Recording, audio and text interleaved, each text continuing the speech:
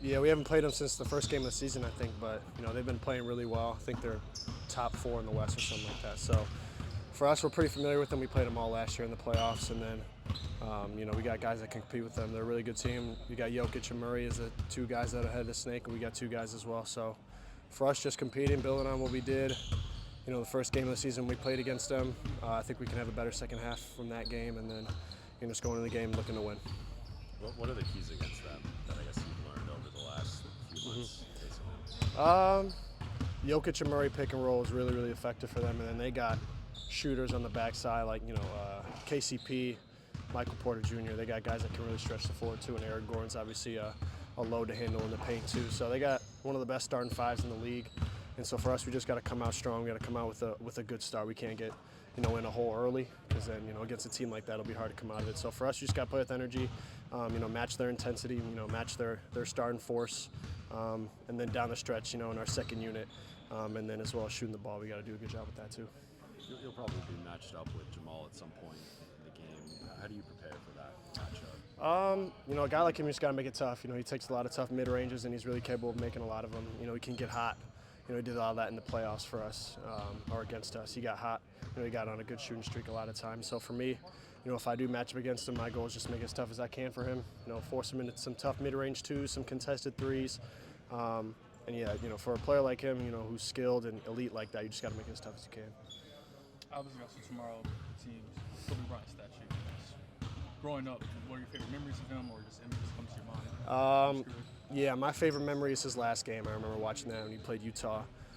Scored 60 points. It was just a really fun game for me to watch as a young kid. And now coming here, playing for the organization that he played for. It's just, it's been a dream come true for me just to play for the Lakers, and then obviously Kobe Bryant getting his, statue unveiled tomorrow is going to be really cool too. We got our special jerseys for that game too, so I'm looking forward to that. Obviously, there's a lot of iconic images, moments of his. Is there like a single one that you think of and think of Kobe? He's got a lot of fist pumping, ones. Those are obviously really good. I think, him ripping his jersey to the side is probably one of the most iconic for me. I watch that, on social media all the time, seeing that. It's one of the coolest moments for me to watch. Just seeing the passion that he brought to the game, the intensity he brought to the game, his preparation, his mindset. It's just something that I try to emulate too.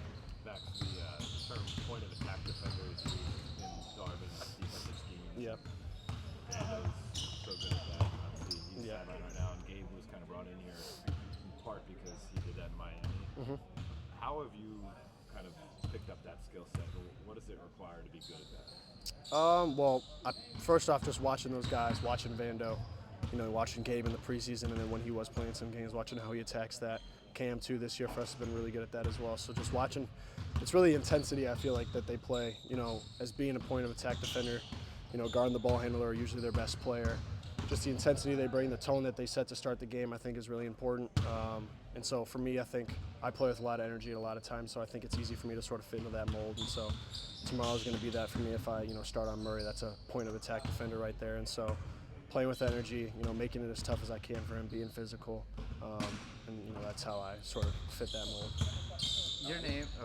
Your name obviously comes up just in trade rumors naturally as somebody that other teams might covet. How do you just kind of tune that out and go about your business playing basketball? Yeah, that's out of my control. I can do. I've said it a lot of times throughout the year. Just show up and be a pro. That's all I can do. Be professional, show up on time, work as hard as I can, and like I said, the trade rumors are out of my control. So there's nothing I can do about that, and there's no point in worrying about it if I can't do anything about it, right? So for me, just showing up, being the best version of myself, and being the best version I can for this team, or whatever. If I end up on another team, whatever team that is. So right now it's the Lakers, and so all I have to do is be the best version of myself and try to be the best player that I can be for this team. Are you normally somebody that's online and follows the league on social media and trade rumors and things like that? A little bit. Probably say not as much as others, but I see it every now and then. Max, how much has the game slowed down for you in the last month or so? Yeah, it's slowed down a lot for sure. I think I've gotten a lot of consistent minutes the past month or two, and so, being able to, know that you're going in the game and look what you can really attack on the offensive end, and then obviously defensively for me too. So it's slowed down a little bit for sure. Just being able to play consistently, and you got guys like LeBron and AD who make it a lot easier for you as a role player. They get a lot of attention on offense, and so just making simple plays with the ball in my hand and then off the ball, making some cuts, being aggressive, and so it's slowed down for me for sure. What was the experience like for you closing in New York?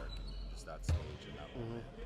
Yeah, I mean, it was a really cool experience, let alone in the Garden against a New Yorker, the 9-game winning streak, the hottest team in the NBA at that point. So, for me, it was good to get that experience in a close game, against really good players, and so helped me build my confidence too. And then, as a young player, only 20 years old in second year, so it felt really good to be out there, just get that experience. I know what to look for at the end of games. I know what's important at end of the games, foul situations, stuff like that. So it was good to get that experience, and I'm looking forward to hopefully getting more of that as well. Yep, appreciate you guys.